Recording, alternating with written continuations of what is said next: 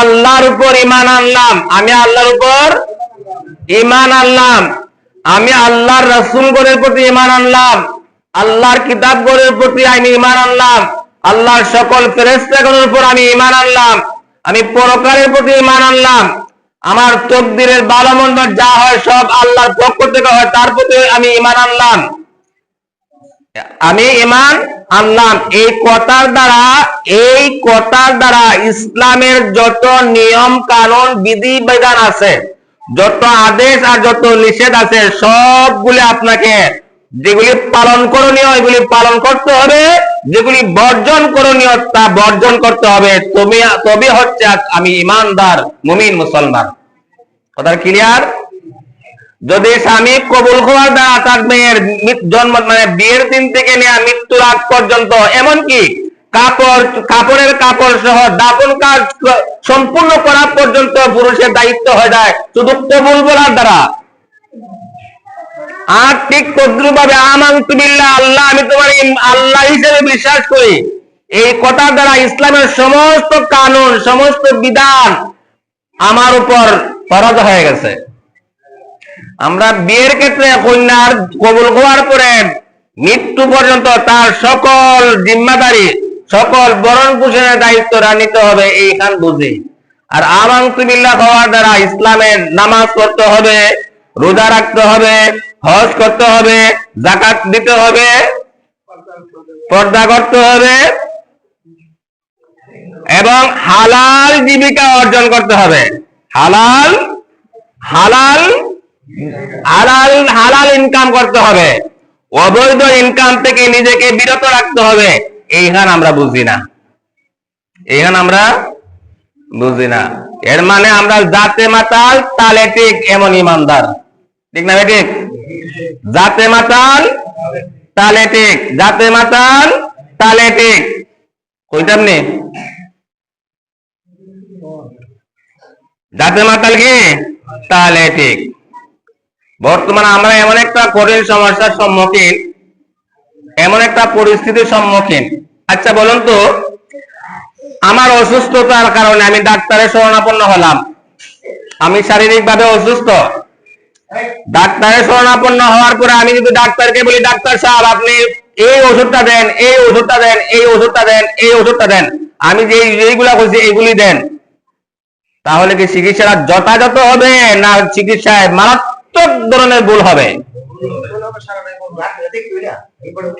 যদি যোগ্য ডাক্তার হয় কোথাও আপনার যাওয়ার 1200 হলে যান, আপনার দরকার না আপনার ঢুকির, ঠিক না? ঠিক।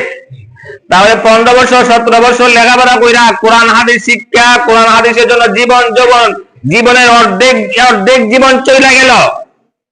60 বছর যদি হায়াতে জিন্দেগি হয় তাহলে 17 বছর চলে গেলে আর টাকা কই দিন? 17 বছর চলে গেল মাদ্রাসার আঙ্গিনায় ঘোরাফেরা করতে করতে, কোনটা হালাল কোনটা হারাম, কোনটা হালাল কোনটা হারাম, কোনটা সঠিক কোনটা বেঠিক শিখতে শিখতে শিখতে শিখতে মা হাতে দুধ ভাত খাওয়ার ভাগ্য জুটে নাই। ডাইলে পানে খাইতে খাইতে আবারও করলাম। এখন মসজিদের খতিবে আইসা যদি মুসল্লি যা হয় তাই মানতে হয়, তাহলে ইমাম রাখলেন কোন কারণে? সমাজ কি পরিবর্তন হবে? সমাজ কি পরিবর্তন হবে? কিয়ামত পর্যন্ত সমাজ পরিবর্তন হবে না। সুন্দর মসজিদ হবে, মোজায়েক হবে, সুন্দর পোশাক পরিচ্ছদ হবে, সাজে লেবাসে আমি বহুত বড় মুমিন হয়ে যাব, বাট এইগুলার কোনো ভ্যালু থাকবে না। আপনারা কি বলেন? কি বলছেন আপনার? বুঝতে পারছেন? আপনারা যদি রাগ করেন না, সর্বোচ্চ কি হবে? আমার চাকরি ক্যান্সেল হবে না, আর কিছু করতে পারবেন? গুলি করার তো অর্ডার নাই, তো আমার চাকরি চলে গেলে কি হবে? যদি কোরআন এবং হাদিসের কথা বলতে না পারি তাহলে আমার মসজিদে ইমামতিরও দরকার নাই। তোমার মুখে পয়সা, তোমার সাথে আমার ব্যক্তিগত কোনো শত্রুতা নাই, জমি জমা নিয়ে কোনো শত্রুতা নাই, ব্যক্তিগত ভাবে তোমার সাথে আমার কোনো আক্রোশ নাই। আমি একজন মুসাফির, আমি একজন মেহমান।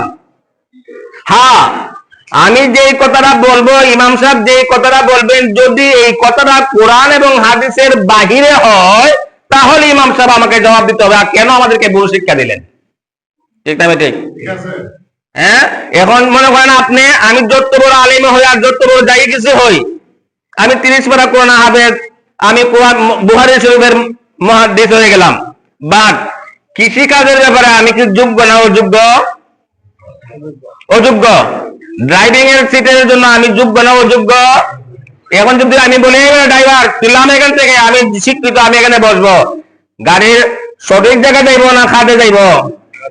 এখান বুঝো না এখানে এরকম যাতে মাতাল তালে ঠিক, যাতে মাতাল তালে ঠিক, যাতে মাতাল তালে ঠিক। এর ইমানে ঠিক আছে না গন্ডগোল আছে? এটা হলো ক্যান্সার যুক্ত ইমান। ক্যান্সার যুক্ত ইমান দিয়া ফুল চেরাতের ফুল পাড়ি দেওয়া যাবে না।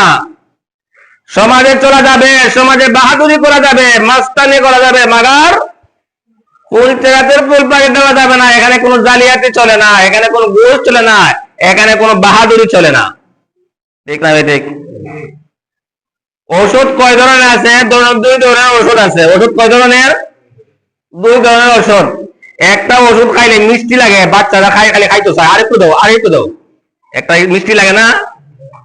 আর একটা ওষুধ মুখর দিলে মনে হয় দুনিয়া কেমন হয়ে গেছে, তিতা তিতা। যেটা মিঠা ওষুধ এটা খাইলাম, যেটা তিতা এটা আমি খাইলাম না, রোগ কমবে না। জোরে শুনে বলেন, রোগ কমবে না। যেটা আমার মন মতো হইল, যেটা আমার মনের মতো হয়ে গেল, এইটা আমি মানলাম ইমাম সাহেব 100। আর যেটা আমার মনের বিরুদ্ধে চলে গেল, যেটা আমার আদর্শের বিপক্ষে চলে গেল, যেটা আমার উপর আইসে পড়ে যায়, ইমাম সাহেব বালা তবে বুঝলাম না কদিন টিকবো। আর কপাল পুরা যদি না টিকে তোমার কপাল নষ্ট হবে। যদি ইমাম সাহেব যদি গুলে মালে জাগা দিন, গুলে মালে জাগা দিন, গুলে মালে কি হয়? দিন যাক রাত পাক, মাস শেষে আমার বেতন আসবে, পকেট করবে, আমার ফ্যামিলি চলবে, বাস হয়ে গেল। যদি এরকম হয় তাহলে ভাইজান আমার রিক্সা চালানো সবচেয়ে ভালো হবে। এটা ইমানকে ধোঁকা দেওয়া, এটা বিবেককে ধোঁকা দেওয়া, এটা আল্লাহকে ধোঁকা দেওয়া, এটা আল্লাহর সাথে মির্জাপুরি করা। প্রয়োজনে কোরআন পড়ছে, হাদিস পড়ছে, প্রয়োজনে প্রয়োজনে আপনার বাড়িতে কৃষি কাজ করে জীবিকা নির্বাহ করবো, সমস্যা হবে? গুনাহ হবে? তবু ইমান বিক্রি করা যাবে না, ইলিম বিক্রি করা যাবে না। এত কষ্ট করে লেখাপড়া করছি, ইলিম বিক্রি করার জন্য নয়। ঠিক না? ঠিক। এমন একটা যন্ত্রণায় পড়ছি, যন্ত্রণার শেষ নাই। সর্বাঙ্গে গা, কোন জায়গায় লাগাইবো ওষুধ, ওষুধ লাগাইবো কোন জায়গায়, কোন বিষয়ে বয়ান করব, কোন বিষয় নিয়ে আলোচনা করব। রন্ধ্রের সমাজের রন্ধ্রে রন্ধ্রে আমাদের কুপুরি সয়লাবে ভরপুর।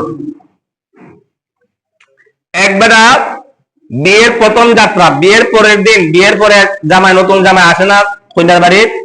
আয় কিনা আয় না? আপনার যে হা না আমি বুঝবো, আপনার কথা বুঝেন না। বিয়ের পরে জামাই এসে শ্বশুর বাড়ির, নতুন জামাই সেটা যখন ক্রীড়া যাত্রা মনে হয়, ক্রীড়া যাত্রা আসার পরে হয়ে গেছে আসরের নামাজের টাইম। এখন জামাই বড় একটু চালাক, কিন্তু কলিমা কালাম কিছুই জানে না। জামাই বড় চালাক, আদর্শ সৃষ্টি করতে হলে প্রথমে সৃষ্টি করতে হবে, পরে আর সম্ভব না।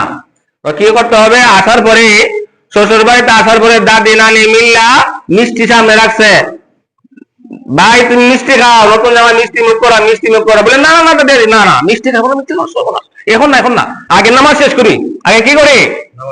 ও বাবা রে, জামাই তো সেই রকম মুসল্লি রে, নামাজ ছাড়া মিষ্টি মুখও করে না। কি ভাবলেন? নামাজ ছাড়া মিষ্টি মুখও করে না। ঠিক আছে বা পাইছে একটা বহুদিনে জামাই, একটা মন মতো জামাই, নাতি জামাই মন মতো হইছে। তখন তাহলে কি করা যায়? ওর শ্বশুর বেটা বলেছে আমিও তো নামাজ চলছি না, তো বাবা এখন আর মসজিদে যাওয়ার সময় নাই, আমরা গড়েই জামাতটা পরে লাই, গড়ে কি করে জামাতটা পরে লাই। জামাত তখন তো জামাই তার ওযু গোসলও জানে না, নামাজও জানে না, আসর নামাজ কয় রাকাত তো জানে না, কিন্তু বাপ ধরছে আর কি। তো বলে আব্বা আপনি আর নামাজটা পড়ান, কারণ আপনি মুরব্বী মানুষ, আপনার সামনে রেখে আমি পিছনে রেখে সামনে যাই, বেয়াদবি হবে। বলো বাবা তোর আমার তো বিয়াদ আদব কায়দা আছে, কি মনে করেন? আদব কায়দা আছে না নাই? এর মধ্যে আমার দরকার আসেনি। আচ্ছা, শ্বশুর বেড়ে গেছে নামাজ, ইমাম সাহেব হলো শ্বশুর আর জামাই হলো মুক্তাদি। আসলে শরীর দশা হলে যা হয় আর কি। গরনার চক্রে বল্লা চিনেননি? বল্লা বেঙ্গু চিনেননি? বেঙ্গু একটা শ্বশুরের উড়াতের মধ্যে খাবার মারা গেছে দুঃখে। অনেক চেষ্টা করছে কি জিনিস করে, অনেক চেষ্টা করছে টিকে টাকা জন্য, কিন্তু বেঙ্গুরের বেটা কি সহ্য করা যায়? বেটা কিটা করছে, ইমাম সাহেব নাচ শুরু করে দিছে। তো শুরু কি করছে, মানে নাচলেনি কম কামড়টা ছেড়ে দেয়। শ্বশুরে যখন নাচে, জামাইও নাচে, শ্বশুরও নাচে, কথা বলবে না, কেউ নাচে, জামাইও নাচে। নাচটা যখন দেখছে, মানে তার দাদি না শাশুড়ি নানি শাশুড়ি সবাই আইলো, কি হয়েছে কি হয়েছে, তখন জামাই শ্বশুরে কইস না, বললাই কামড় মারি দিছে। তো তোমারও বেলা বললা কামড়, তুমি নাচলাই, জামাই তুমি নাচলাই কেন? তো আমি তো ভাবছি আসর নামাজ মনে হয় নাচানাচি আছে, আমি ভাবছি কিটা আসর নামাজ মনে হয় নাচানাচি আছে।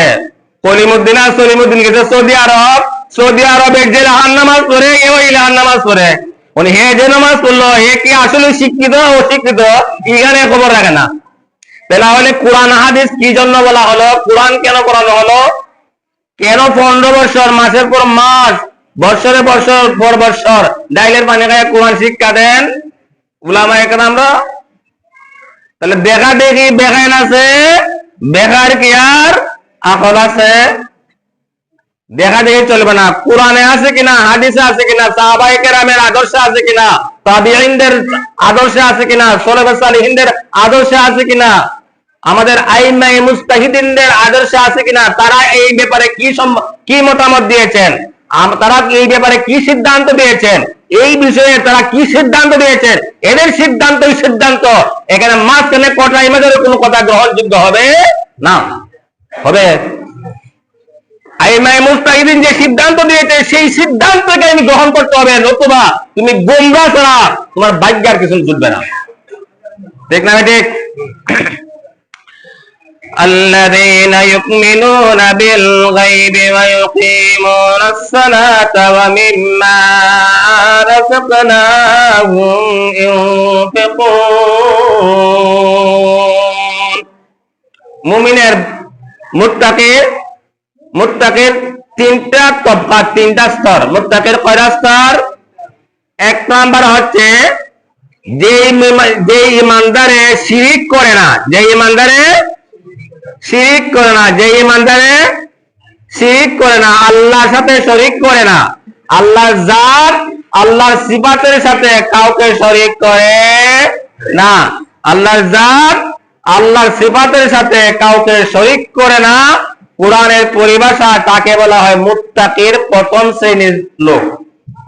মুত্তাকির প্রথম শ্রেণীর লোক মানে প্রথম শ্রেণী পাস করার পরে সে দ্বিতীয় শ্রেণীতে যাবে, মানে ওলায়াতের ওলি হওয়ার রাস্তা সে পেয়ে গেল।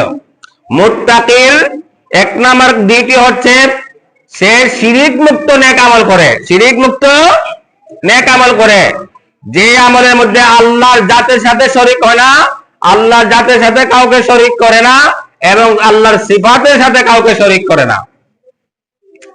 সন্তান দেওয়ার মালিক কে? হায়াতের মালিক কে? রিজিকের মালিক কে? জমিনে ফসল দেওয়ার মালিক কে?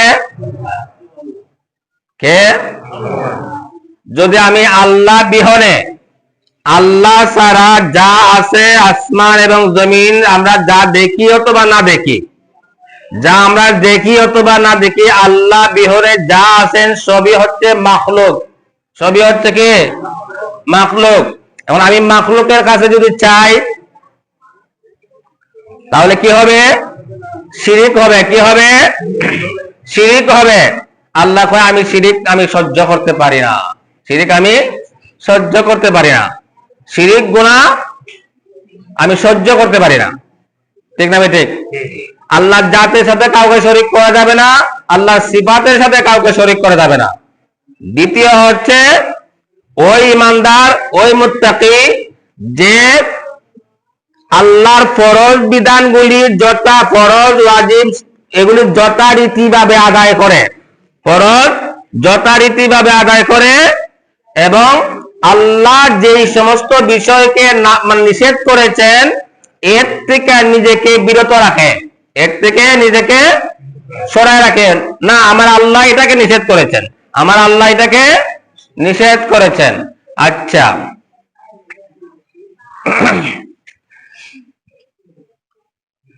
আমাদের আমাদের নামাজ, আমাদের রোজা, আমাদের হজ, আমাদের যাকাত, আল্লাহর যত বিধিবিধান আছে সমস্ত বিধিবিধান আল্লাহর দরবারে পৌঁছার যতগুলি মৌলিক সূত্র আছে, মৌলিক শর্ত, এর মধ্যে প্রধানতম শর্ত হচ্ছে হালাল খাবার। কিসের খাবার? কিসের খাবার? কিসের খাবার? হালাল খাবার। কিসের খাবার? হালাল খাবার। হালাল খাবার খাইয়া শরীরে যে রক্ত মাংস হবে, এই রক্ত মাংস কোরআন শুনতেও মজা পাইবে, কোরআন বুঝতেও মজা লাগবে, সেজদা করলে মজা লাগবে, চোখের পানিতে বাসায়া বুক বাসাবে। আর এই হালাল খাবার খাইয়া আল্লাহর কাছে ডাক দিলে আল্লাহ বলে, তুমি ডাক দিলে তো আমি হাজির। সুবহানাল্লাহ বলবেন না? তুমি ডাক দিলেই তো আমি হাজির। তাহলে শর্ত কি? শর্ত কি? আচ্ছা, তাহলে মানলাম আমি আপনার গরু চুরি করে, গরু বিক্রি করে যদি মসজিদে লাই, কেমন হইব? কেমন হইব? আরে আপনার কেন হালাল হইতো না? একবার হয় হুজুর আমি গরু চুরি করলাম, এটা চুরির গুনাহ। এই গরুটারে খাইতে গোশটা টুকরা টুকরা করে প্রত্যেক গরিব অসহায় মানুষের বাচ্চা দিলাম, আমি সওয়াব সওয়াব আর গুনাহ মিক্সার হয়ে গেল, সমান সমান হয়ে গেল, মাঝখানে গোশ খেলাম পাও।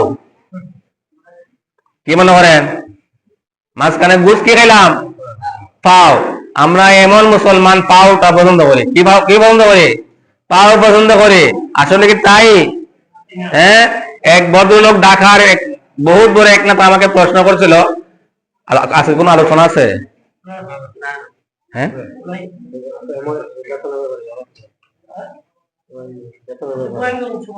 আচ্ছা, তাহলে আমাকে প্রশ্ন করলো, হুজুর আমার এই জীবনে এমন কোন অপকর্ম না, এমন কোন গুনাহের কাজ নাই যে কাজটা জীবনে করছি না, এমন কোন হারাম কাজ নাই যে কাজটা আমি করছি না। তবে আমার বড় আস্থা এবং বিশ্বাস, আল্লাহ তো গফুর, গফফার, রহিম, রহমান, আল্লাহ তো দয়ার সাগর।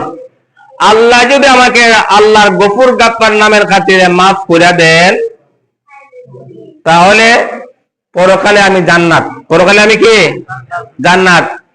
তো এখন আমাকে বলতেছে দুনিয়াতেও রঙ্গমঞ্চ করলাম, সমস্ত হারামের স্বাদ ভোগ করলাম, আখিরাতেও আমি আল্লাহর জান্নাত তৈরি অত যত নাজ নেমত আছে ভোগ করব।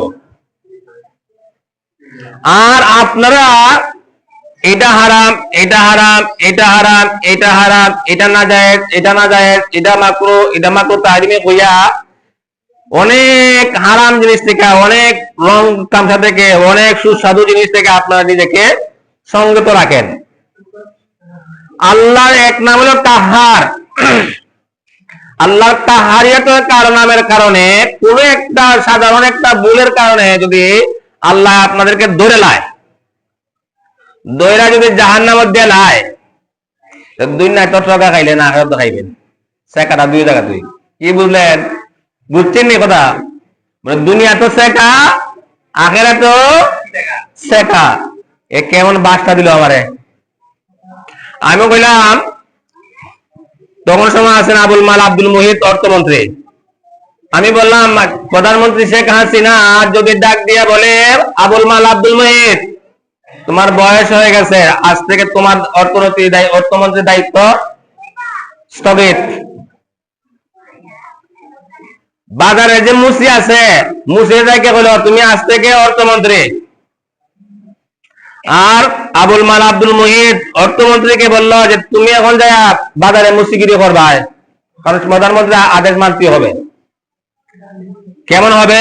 বেচারা তো খুব উত্তেজিত হয়ে গেল। কি বলেন? প্রধানমন্ত্রীর মাথায় দোষ পড়ছে? এত বড় একজন গ্রাজুয়েট, একজন শিক্ষিত, একজন দক্ষ লোককে বাজারে দিব মুসিগিরি করার জন্য, আর মুসিয়ে দিব এখানে অর্থমন্ত্রীর দায়িত্ব। কি বলেন হুজুর এগুলা? আমি কইলাম তাহলে আল্লাহর কি মাথার দোষ করছে নি? কি বলেন? আল্লাহ মাথার দোষ করছে নি? সারা জীবন খাইছে সুদ, সারা জীবন খাইছে গুড়, সারা জীবন খাইছে বদমাশি করছে, আর এখানে সুবহানাল্লাহ সুবহানাল্লাহ কইয়া যেতে আছে জান্নাত। আল্লাহ কি এত বোকা? এই মেয়াদ চিরতর তওবা করতে হবে, চিরতর তওবা করতে। তওবা কারে হয়? অর্থাৎ গাভীর স্তন থেকে, একটা গাভী বা একটা ছাগলের স্তন থেকে দুধ বের করার পরে, ব্যাখ্যা হাজার হাজার কথার চাইতে একটা কথা যথেষ্ট। একটা গাভীর স্তন থেকে দুধ বের করার পরে এই দুধটা আবার গাভীর ভিতরে প্রবেশ করানো কি সম্ভব না অসম্ভব? কতটুকু অসম্ভব? খুব মারাত্মক অসম্ভব, খুব মারাত্মক অসম্ভব। ঠিক তদ্রুপ ভাবে আমার জীবনে আমি জিনা করেছি, আমি আমার বাকি জীবনে এরকম আর করবো না। আমার জীবনে আমি সুদ খাইছি, বাকি জীবনে আমি আর সুদ খাইব না। আমার জীবনে আমি বেহালালি চলছি, বাকি জীবনে আমি আর বেহালালি করব না। যদি এরকম সত্য প্রতিশ্রুতি হয়, আল্লাহ বলেন তোমার পিছনের সকল গুনাহ মাফ, পিছনের সকল গুনাহ মাফ। মসজিদে এসে বললাম আস্তাগফিরুল্লাহ আস্তাগফিরুল্লাহ, আর বাইরে গিয়ে ঠিকই সুদের টাকার জন্য মারামারি লাগাই দিলাম। তোমার কে কইছে নামাজ পড়তে হয়? তুমি তোমার ঈমান, তোমার বিবেককে তুমি ধোঁকা দিচ্ছ, তোমার বিবেককে তুমি ধোঁকা দিচ্ছ বাবা। এগুলি করা যাবে, এগুলি করা যাবে না। الذين يؤمنون بالغيب ويقيمون الصلاة ومما رزقناهم ينفقون। সাহাবায়ে কেরাম রাসূল আকরাম সাল্লাল্লাহু আলাইহি সাল্লামকে জিজ্ঞাসা করলেন, ওগো আল্লাহর রাসূল, আল্লাহ কোরআনে বলেছেন ইন্নামা ইয়ামুরু বিল, আল্লাহ তাআলা কোরআনে বলেছেন নামাজ, ইন্নাস সালাতা তানহা আনিল ফাহশাই ওয়াল মুনকার। আল্লাহ কোরআনে কি বলছেন? ইন্নাস সালাতা তানহা আনিল ফাহশাই ওয়াল মুনকার। নামাজ নামাজিকে সমস্ত খারাপ কাজ থেকে বিরত রাখে। নামাজ ভালো করে বোঝার চেষ্টা, এই একটা আলোচনা করি শেষ করি আজকে। ভালো করে বোঝার চেষ্টা করুন। নামাজ যারা পড়ে, যারা নামাজ পড়ে, নামাজে তারে সকল প্রকারের গুনাহে কবিরা, গুনাহে সগীরা থেকে সরাইয়া রাখে। সহজ বাংলা, নামাজে নামাজিকে সকল প্রকারের গুনাহে কবিরা, গুনাহে সগীরা, সকল প্রকারের গুনাহ থেকে বিরত রাখে। এই কথাটা কে বলেছেন? আল্লাহ। কে বলেছেন? ইন্নাস সালাতা তানহা আনিল ফাহশাই ওয়াল মুনকার। নিশ্চয় নামাজ নামাজিকে, ফাহশা মানে কবিরা গুনাহ, মুনকার মানে সগীরা গুনাহ, সকল প্রকারের গুনাহ থেকে নামাজ নামাজিকে বিরত রাখে। সাহাবায়ে কেরাম জিজ্ঞেস করলেন, ওগো আল্লাহর রাসূল, অনেক মানুষ আছে নামাজও পড়ে হারামও খায়, আছে না নাই? এই সমাজে নাও থাকতে পারে, এই এলাকায় নাও থাকতে পারে, আমাদের হবিগঞ্জ ডিস্ট্রিক্টে আছে।